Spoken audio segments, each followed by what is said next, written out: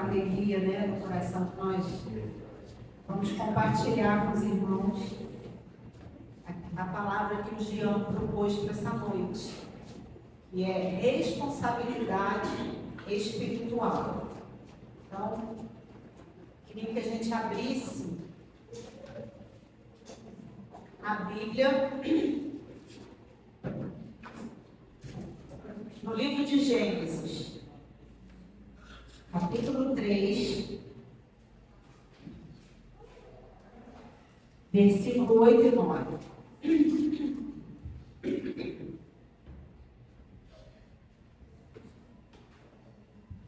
E o que é responsabilidade espiritual? Responsabilidade espiritual é eu saber, eu entender que eu tenho uma responsabilidade individual de buscar o Senhor através da oração, do jejum e da meditação na palavra. Isso faz parte da nossa disciplina espiritual. Eu poderia aqui encher vocês de informação, como orar, o que é orar, por que orar, jejuar, como meditar na palavra, mas a intenção não é dar informação. A intenção é nós entendermos a necessidade e o propósito. Porque se eu saio com uma informação, cheia de informação, do que é oração, do que é jejum, propósito do jejum, por que ler a palavra, isso não vai mudar a nossa vida. Mas quando eu entendo a necessidade e o propósito da oração, do jejum, da meditação na palavra, na minha vida particular e na minha vida em comunidade, aí tudo muda. Nós não precisamos de informação, nós precisamos de vivência. E isso que vai trazer a mudança. E a gente precisa entender por que hoje eu preciso orar, por que hoje é necessário jejuar, por que hoje é necessário eu ser cheia do entendimento da palavra de Deus. Porque tudo teve um início, um começo, e começa lá em Gênesis. Gênesis capítulo 3, versículo 8 e 9.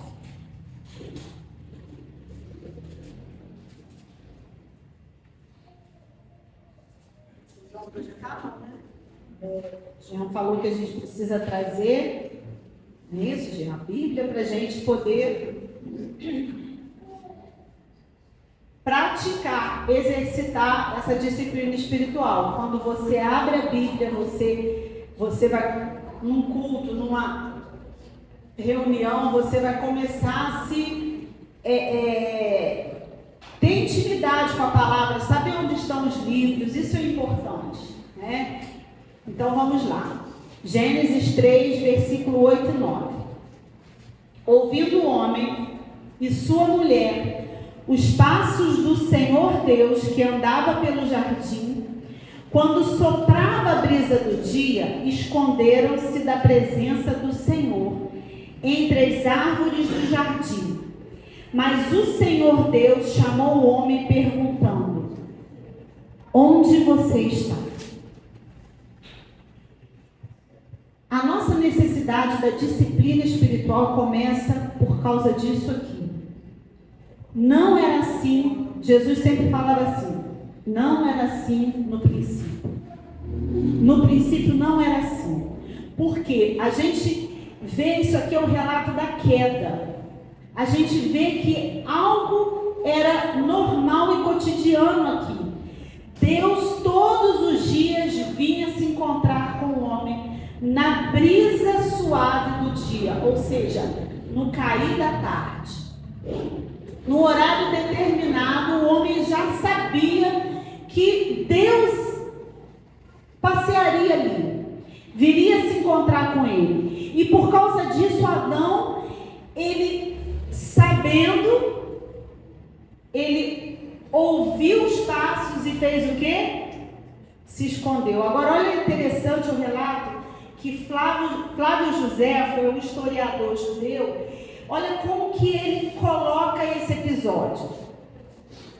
Deus entrou no jardim e Adão, que antes do pecado conversava intimamente com Deus, não ousou se apresentar por causa da falta que havia cometido. E Deus lhe perguntou: por que, em vez de sentir prazer em se aproximar de mim, está fugindo e se escondendo? A partir desse episódio, o homem passou a fugir e a se esconder de Deus. Deus, ele havia criado um jardim, colocou o homem ali, e o propósito de Deus na criação era ter comunhão com o homem, ter intimidade com o homem, ter relacionamento com o homem. Esse foi o propósito. Mas o que aconteceu? Aconteceu que o homem ouviu a voz da serpente, deu crédito àquilo que ela falou, e houve a queda.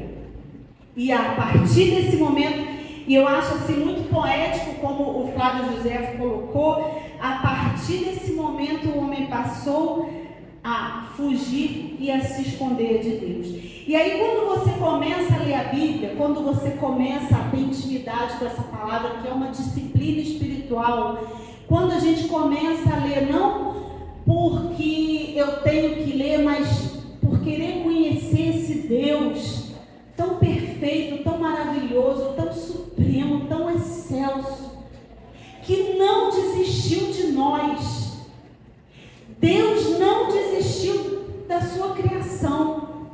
E a gente vê no capítulo 4, interessante, que o homem vai se afastando, e no capítulo 4 tem um relato que diz que Caim, ele constrói uma cidade. Enquanto Deus fez um jardim, o homem foi lá e construiu uma fortaleza, uma cidade. Para quê? Porque ele estava fugindo, se escondendo de Deus. Ah, meus irmãos, quantas pessoas hoje estão nessa situação, fugindo e se escondendo. Mas Deus não desistiu. Deus encontra Noé. E faz uma aliança com Noé. Destrói, por causa do pecado, e a impiedade naqueles dias era tão grande que Jesus falou assim, que na volta dele, se aproximando a volta dele, serão como os dias de Noé.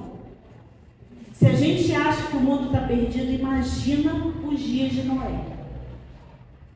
Mas Deus, mais uma vez, não desistiu. E ele encontrou Noé. E daí fez uma aliança. E a gente vai lendo. E a gente vai lendo esses relatos com essa visão, com essa perspectiva de que Deus estava querendo se encontrar com alguém. Tudo muda. Tudo muda. Aí a gente vê um episódio lá da Torre de Babel, mais uma vez a serpente, falando ao ouvido do homem, vai, seja como Deus. E o que aqueles homens fizeram? Que queriam construir uma torre tão alta, tão grande, que chegasse aos céus. E a intenção deles era essa mesmo, chegar ao céu, ser como Deus, ouvindo a serpente. Aí Deus faz a confusão das línguas, e aí a gente chega e Deus não desiste. Deus vai procurando, e Deus escolhe Abraão. E Deus fala assim, de ti, Abraão, farei uma grande nação.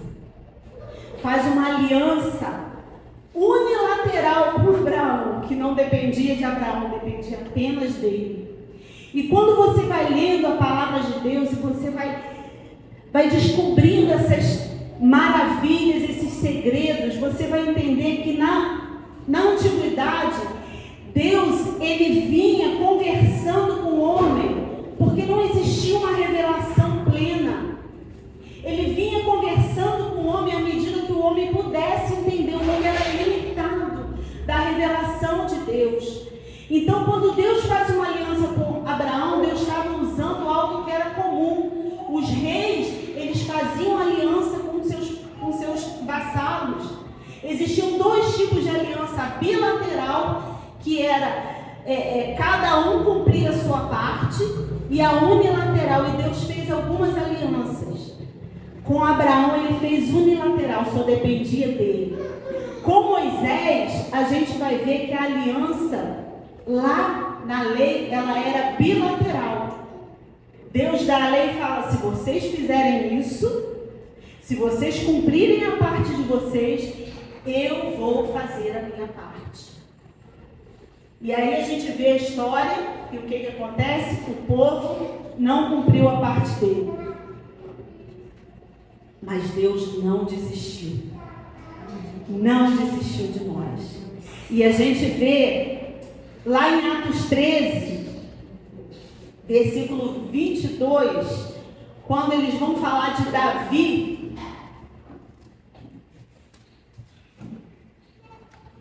Olha o que eles falam lá no concílio, que eles estão lá na... Concílio não, aqui foi na missão lá de Barnabé e Paulo. Olha o que eles falam. Quando eles vão falar da questão da história, eles falam assim, ó. Versículo 22. Depois de rejeitar Saul, levantou-lhes Davi como rei, sobre quem testemunhou: encontrei Davi, filho de Jessé, homem segundo o meu coração, e ele fará tudo o que for da minha vontade. Agora uma pergunta: Davi fez tudo o que era da vontade de Deus? Não. Mas Deus encontrou Davi. E quando você olha para Davi, meus irmãos, um homem cheio de falhas, cheio de situações, mas Deus encontrou Davi. E sabe qual era o segredo? A chave de Davi, que a Bíblia fala, dar-te-ei chaves de Davi, que está lá no Apocalipse. Sabe o que Davi encontrou? Sabe o que Davi, por que Davi foi esse homem achado por Deus? Porque quando ele estava lá no pasto, cuidando das ovelhas do pai dele, o que Davi fazia? Adorava a Deus. Davi entendeu, sem nenhuma revelação, sem nenhum protótipo, sem nenhum modelo para ele poder copiar, mas ele buscou essa presença, ele foi achado por Deus, ele teve um coração que queria um relacionamento. Davi olhou lá para o Éden, lá para o jardim, e viu: se perdeu algo, eu quero aqui. E Davi foi buscar isso. Aquele relacionamento que foi perdido. Aquele relacionamento que foi quebrado lá no jardim, lá atrás. E Davi foi incansável nessa busca. Davi foi incansável. Se Deus vinha se encontrar, eu quero isso, eu quero essa presença. Dos 150 salmos que existem escritos na Bíblia, 73 foram escritos por Davi. Sabe o que é isso? E o mais interessante, o mais lindo de tudo, 1000 anos antes de Jesus nascer, Davi escreveu sobre Jesus. Davi teve a revelação do Cristo. Davi buscou tanto essa presença, que ele foi o homem usado por Deus para ter a revelação do Cristo. Davi, olha só no Salmo 24. Olha que coisa linda, meus irmãos. Um homem que buscou, que entendeu a necessidade de viver uma vida com propósito, de buscar o Senhor, uma vida de intimidade com o Senhor. E olha aqui o Salmo 24.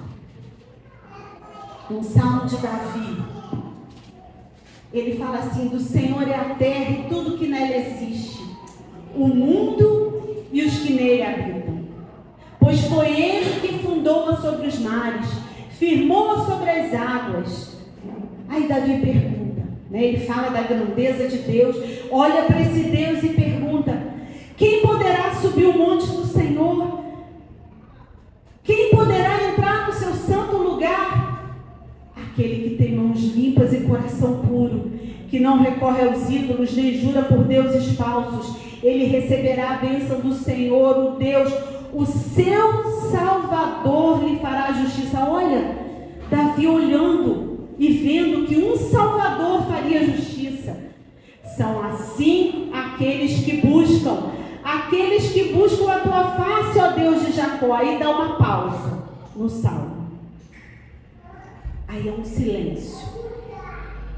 E essa pausa aqui, gente, é aquele selar e algumas bíblias têm. Olha o que Davi fala.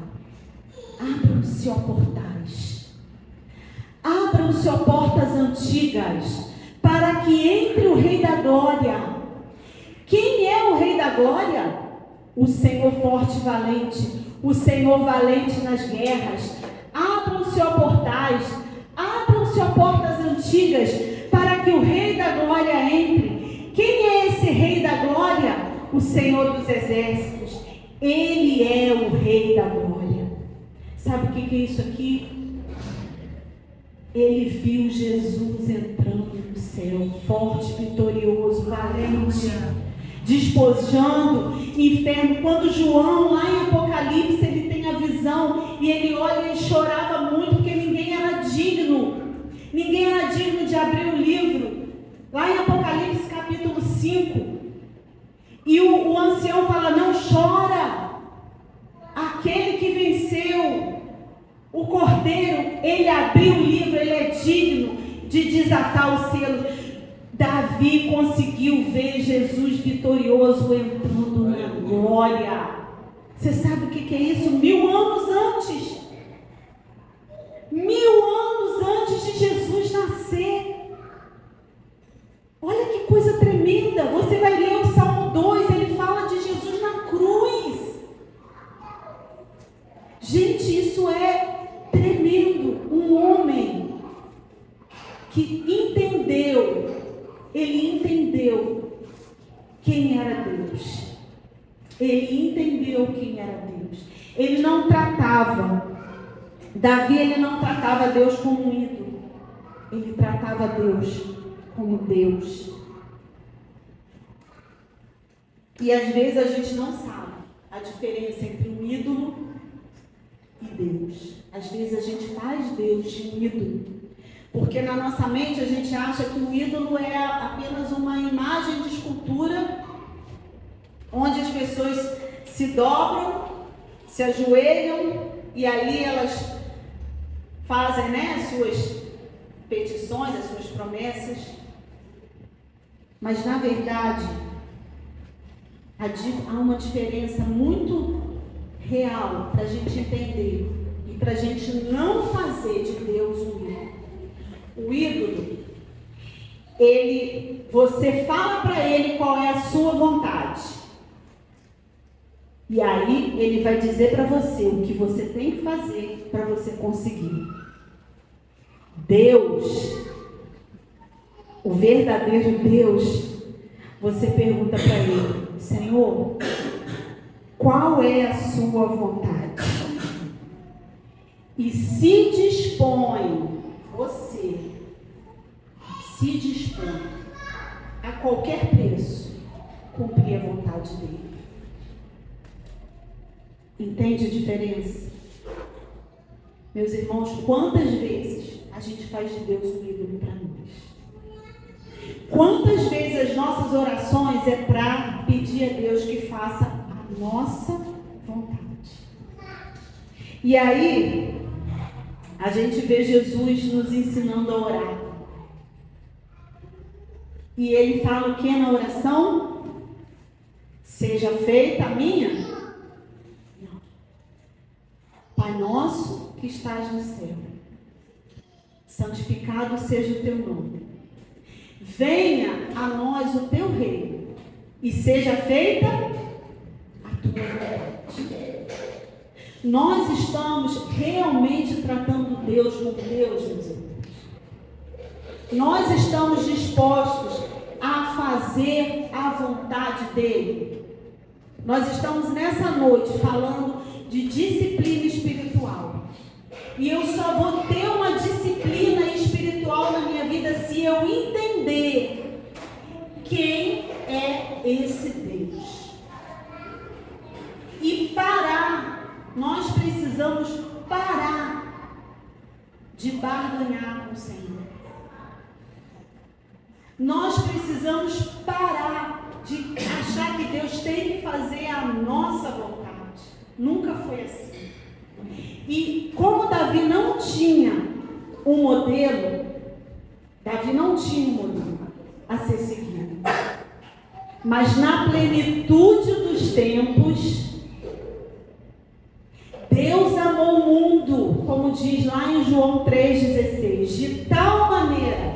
Esse amor é que tem que te impulsionar a querer conhecer esse Deus a cada dia.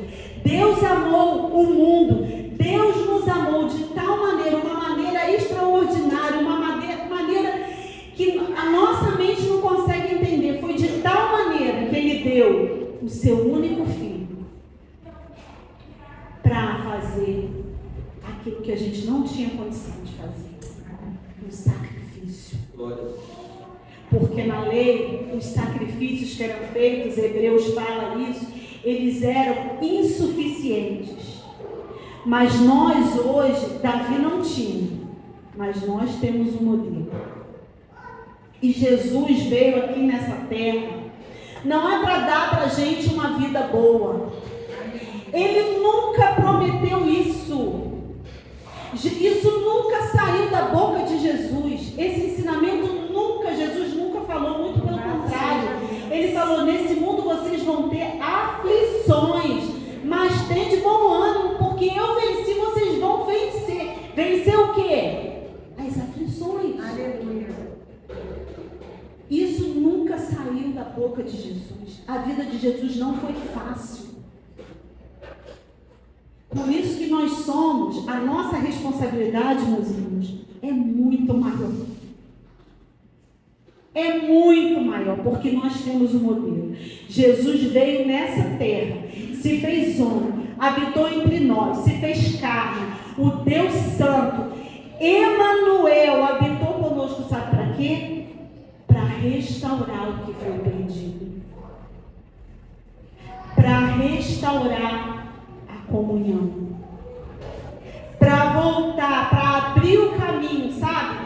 Quando Adão pecou, o que aconteceu? 2 anjos ficaram na porta, né, lá no portal do jardim, fechando para que o homem não entrasse, né? Porque o perigo era o quê? Comer da árvore da vida. Porque se comesse da árvore da vida, morte eterna. Não tinha jeito. Então Deus tira o homem do jardim, coloca 2 querubins. Por isso que na arca da aliança, que Deus manda Moisés fazer, lá no santo lugar tem 2 querubins. Lá tem 2 querubins sobre a arca, são os 2 querubins lá do jardim. Tudo remete para o jardim. Tudo é para esse lugar que foi perdido. Sabe o elo perdido? Na minha época tinha o elo perdido. O elo foi perdido. E Jesus, Ele veio restaurar esse lugar. E como restaurar? Mostrando para nós a forma como Deus quer que a gente seja. Jesus andou nessa terra para você saber que, olha, tá vendo o que eu estou fazendo? É assim que meu Pai quer. Tá vendo como eu estou andando? É assim que meu Pai quer que você ande. Para isso que Ele veio, para isso que Ele andou. Ele abriu um novo e vivo caminho. Para quê? Para a gente chegar na plenitude do homem perfeito. Só que a gente aqui, a gente precisa entender por que, agora eu pergunto, por que a gente precisa dessa disciplina espiritual? Para a gente se esforçar. Se esforçar, para quê? Para ser a cada dia mais parecido com Jesus. Disciplina espiritual, jejum, oração, meditação na palavra não é para você ter um lugar de honra na terra, é para você ser parecido com Jesus. Esse é o propósito, a cada dia. a cada dia nós sermos mais parecidos com Ele. Como o apóstolo Paulo fala, é de glória em glória. É de glória em glória a cada dia, até que o Senhor venha, é a cada dia. Quando Jesus, ele começa o seu ministério, antes dele começar, ele é levado pelo Espírito no deserto. Mateus capítulo 4. Todo mundo conhece a tentação de Jesus. Ok? Mateus capítulo 4. O que o diabo... E é interessante porque o diabo ele repete isso séculos, séculos e séculos, e o homem cai séculos, séculos e séculos. Está aqui, gente. É a mesma tentação. E a gente cai. Está escrito e a gente cai. Ele chega para Jesus e fala assim, olha... Ele chega para Jesus, no último dia do jejum, Jesus ficou 40 dias. Jesus estava depois de 40 dias, com o quê? Com fome. E o que o diabo chega para ele e manda ele fazer? Você aí, estão dizendo aí que você é filho de Deus. Então tem umas pedrinhas aqui, você está com fome, né? Então transforma em pão, mata a sua fome. Primeira tentação que o diabo faz é transformar a pedra em pão? Não. Usa o poder de Deus para suprir a sua necessidade. É o que você tem necessidade. Usa o poder de Deus a seu favor. Essa foi a primeira. A segunda, ele começa falando, se és filho de Deus. E na segunda, ele fala a mesma coisa. Se és filho de Deus. Ele já tinha falado a primeira. Não colou. Porque Jesus falou, qual foi a resposta que Jesus deu a ele? A palavra de Deus. Está escrito, nem só de pão viverá o homem, mas de toda a palavra que procede da boca de Deus. Entende por que você precisa de meditar na palavra? Porque o diabo, se ele for até Jesus, ele não vai vir até você, não? Jesus venceu ele, está escrito. Quando o diabo vem tentar você, o que está na tua mente, da palavra de Deus, que você pode dizer para ele? Está escrito. Mas a gente faz cruz, a gente levanta a Bíblia, mas a gente não lê a Bíblia. A gente não conhece a palavra. E nós só derrotamos o diabo conhecendo a palavra. Segunda tentação que o diabo veio trazer para Jesus.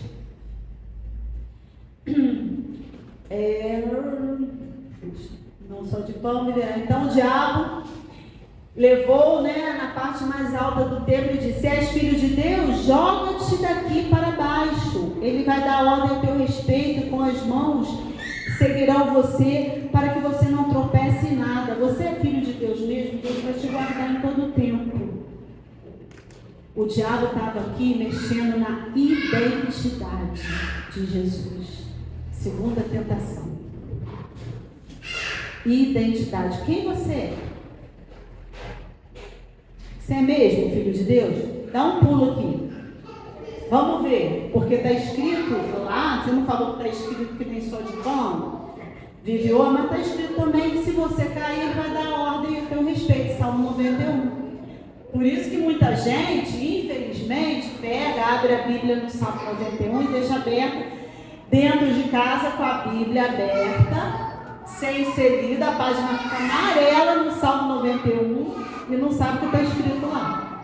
Porque acha que abrir a Bíblia no Salmo 91 vai espantar o diabo. Não vai. Vai espantar o diabo você gritar a palavra de Deus para ele. Está escrito. Está escrito. E ele mexeu aonde?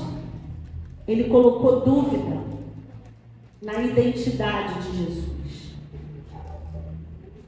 E ele coloca dúvida na nossa identidade. Quem que você é? Quem você pensa que é?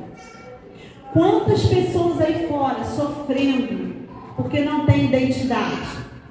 Porque estão esperando ser reconhecido por um pai, estão esperando ter o amor de uma mãe, estão esperando uma resposta sobre um filho que se perdeu ou mesmo que morreu, porque não tem identidade em Deus. Nós somos filhos de Deus e nada que aconteça nessa terra, desde quando o homem pecou e se afastou de Deus, a terra está debaixo de maldição e não tem nada bom nessa terra.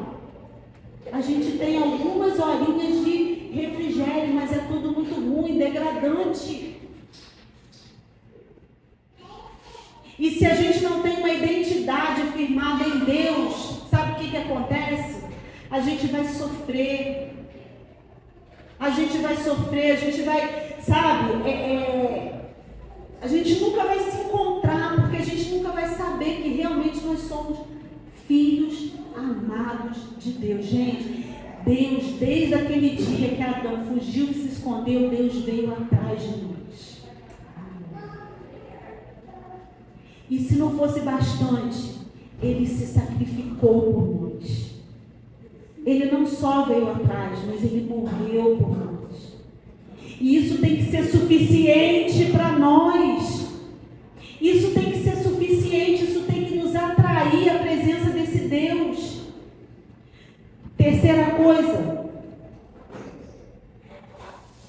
que o diabo tentou Jesus. Que horas são?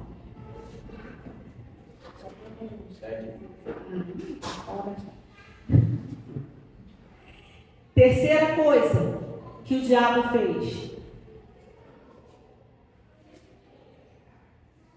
levou a um monte muito alto, mostrou-lhe todos os reinos do mundo e todo o seu esplendor, e disse: tudo isso eu te darei, se prostrar me adorares. Terceira coisa que Jesus foi tentado: fama, reconhecimento humano. E nós somos tentados da mesma forma. Nós gastamos o nosso tempo trabalhando para a gente ter uma boa casa, para a gente ter um melhor carro, para a gente ter um tanto de coisa. Para quê? Para as pessoas verem que a gente é bem sucedido. Mas a gente não gasta um tempinho, um minutinho na presença de Deus. A gente está se acabando nesse mundo louco aí fora, que diz para nós que nós precisamos ter. Quantas pessoas acabando com a sua vida porque querem ter, estão sucumbindo a essa tentação, estão sendo levadas para o diabo, para um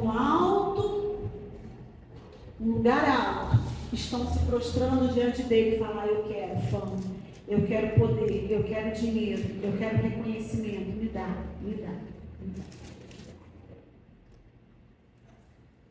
Jesus, ele dá um checkmate no diabo e fala: retira-te daqui, Satanás, porque está escrito: adore ao Senhor, seu Deus, e só Ele preste culto. Nada disso, nada pode nessa vida. Gente, eu não estou aqui dizendo que a gente não tem que trabalhar. Eu não estou aqui dizendo que a gente não tem que almejar coisas boas. Isso é saudável, se isso não for Deus na sua vida.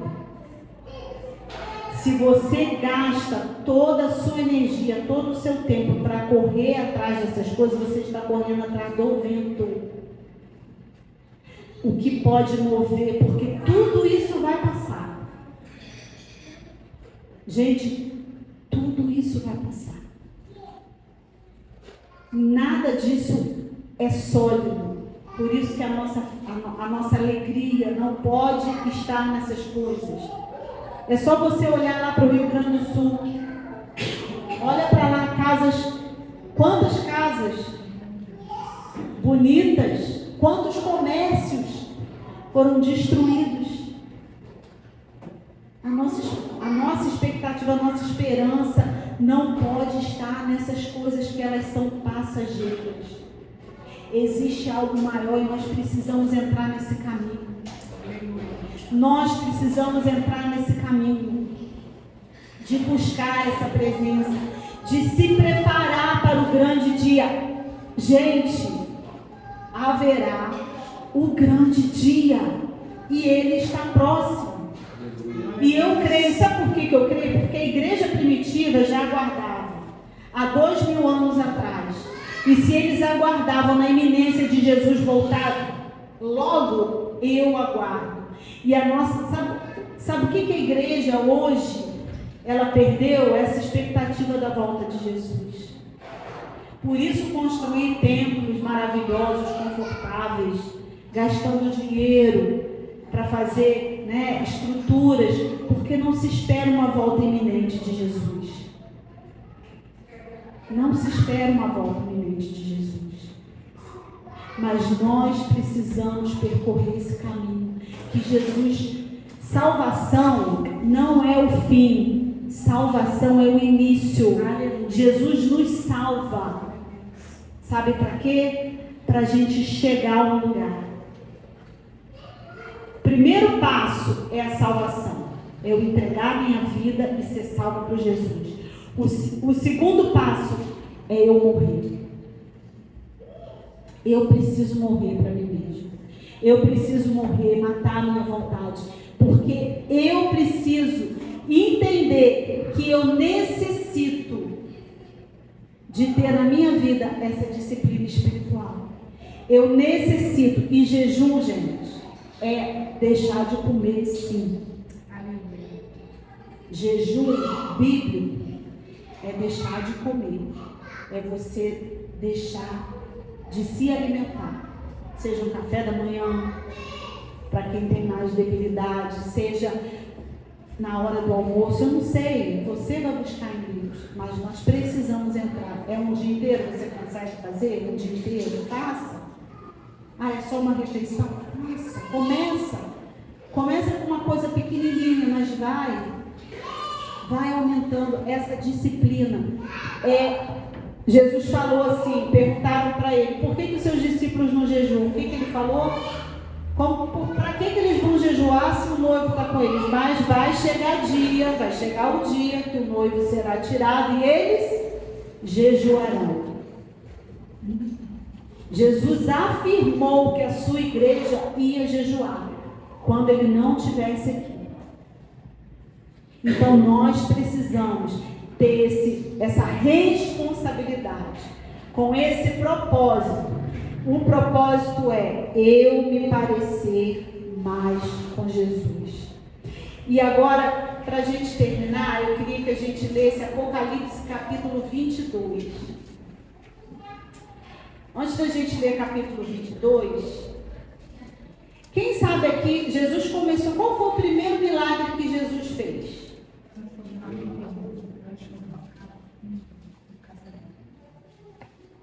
Primeiro milagre que Jesus fez foi no casamento. Jesus começou, e foi porque Jesus gostava de festa de casamento? Jesus ali estava falando, estou restaurando a comunhão. Estou preparando uma noiva. Ali, na boda de Caná, que Jesus celebra aquele casamento, e faz algo ali extraordinário. E o seu primeiro milagre ali no casamento, ali foi algo que Jesus, tudo que Jesus fazia tinha um propósito. E lá, aí a gente vai entender por que lá em Apocalipse aparece a figura do casamento. Jesus estava preparando a noiva. Se você vai ver as parábolas que Jesus conta, volta e meia ele está falando, o banquete do casamento, o reino dos céus é como um homem que queria dar um banquete e convidou acho que é Mateus 22, convidou várias pessoas e ninguém quis. Aí ele foi, mandou buscar nos becos, encheu a sala do banquete e tinha um cara lá que não estava com a sua veste nupcial. Muita gente acha que a tensão dessa parábola está nas pessoas ali que são, né, os convidados que rejeitaram e as pessoas que não eram dignas está ali, tudo bem, mas a tensão dessa parábola, que às vezes a gente não percebe, está lá em Mateus 22, você chega em casa e você lê. É uma pessoa que entrou nesse banquete.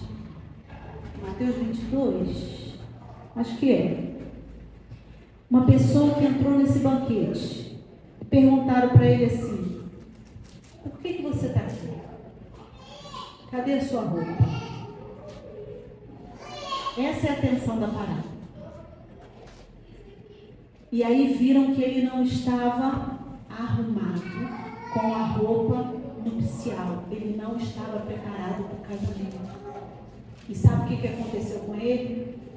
Ele foi tirado da festa e foi levado para trevas. E Jesus falou: lá vai haver choro e rugir de dentes.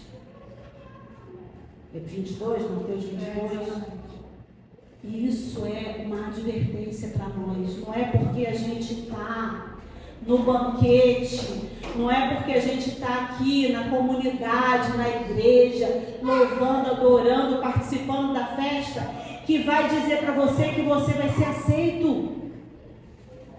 Você precisa estar com vestes que só Jesus coloca. Vestes santas. Só Jesus coloca. Lá em Apocalipse 22, para a gente terminar. De 1 a 5.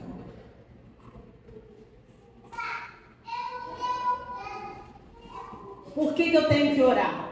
Por que eu tenho que jejuar? Por que eu tenho que ler a palavra? Meu irmão, porque eu quero chegar aqui.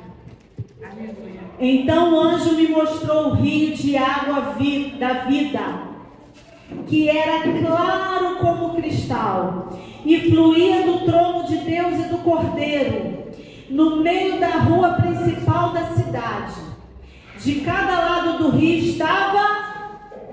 O que estava lá? A árvore da vida.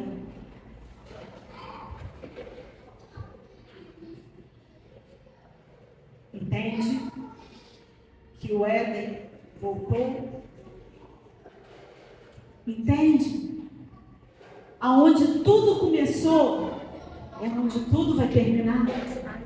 É a árvore da vida que está lá, aquela que Adão, que ele não podia comer, porque se ele comesse, ele ia morrer eternamente. Nesse dia aqui, nós vamos poder comer, porque, olha só, que frutifica 12 vezes por ano, uma por mês, e as folhas da árvore servem para a cura. Já não haverá maldição nenhuma. O trono de Deus e do Cordeiro estará na cidade. Os seus servos o servirão. Eles verão a sua face e o seu nome estará em suas testas.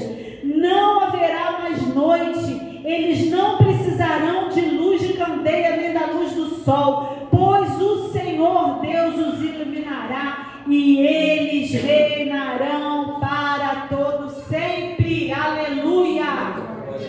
Essa é a motivação da nossa busca. Nós precisamos nos alinhar com a vontade de Deus. Nos alinhar. Para a gente poder ter... Se você não tem motivação, eu te dei um gás agora. Essa é a motivação. Senhor, eu quero chegar lá. Senhor, me livra de mim mesmo.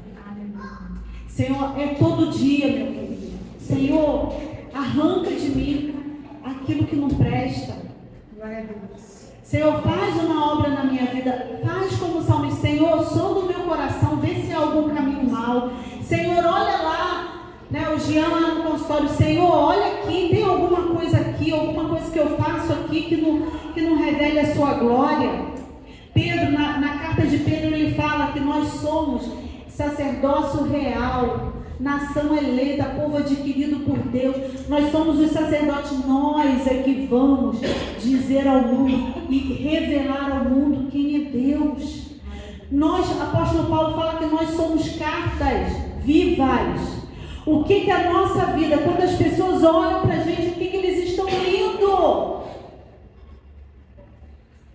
O que eles estão lendo? Qual é a carta que a gente está escrevendo aí fora? Nós precisamos manifestar Cristo. Nós precisamos entender que Cristo em nós é a esperança da glória. Cristo em nós é a esperança da glória.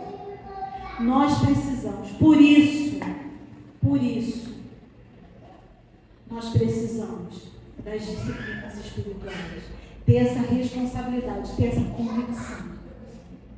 E muito mais do que dizer o que é oração, o que é jejum, o que é você entender que é necessário, é vital para a nossa vida. Amém?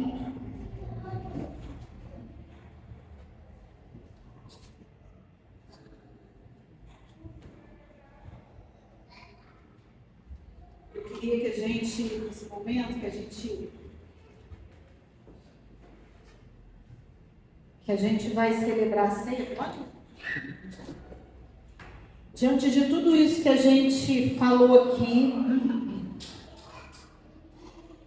o apóstolo Paulo fala que a gente precisa discernir, né? Discernir o sangue e o corpo de Cristo. Nós fomos chamados para manifestar a glória de Deus. Nós fomos chamados para temperar aquilo que não tem sabor, sal da terra. Nós fomos chamados para ser a luz do mundo e iluminar onde tem treva. No nosso trabalho, no colégio, aonde a gente for, nós precisamos manifestar Cristo. E hoje, agora, na hora que a gente vai celebrar a ceia do Senhor, eu queria que a gente fizesse essa introspecção dentro da gente. Senhor, eu preciso manifestar Cristo. Revela para mim o que tem na minha vida que as pessoas que têm chegado a mim não têm visto Cristo. E meu irmão, não tenha medo de se desfazer daquilo que não edifica e daquilo que não revela Cristo. Eu queria que a gente ouvisse essa canção e deixasse o Senhor ministrar o seu coração.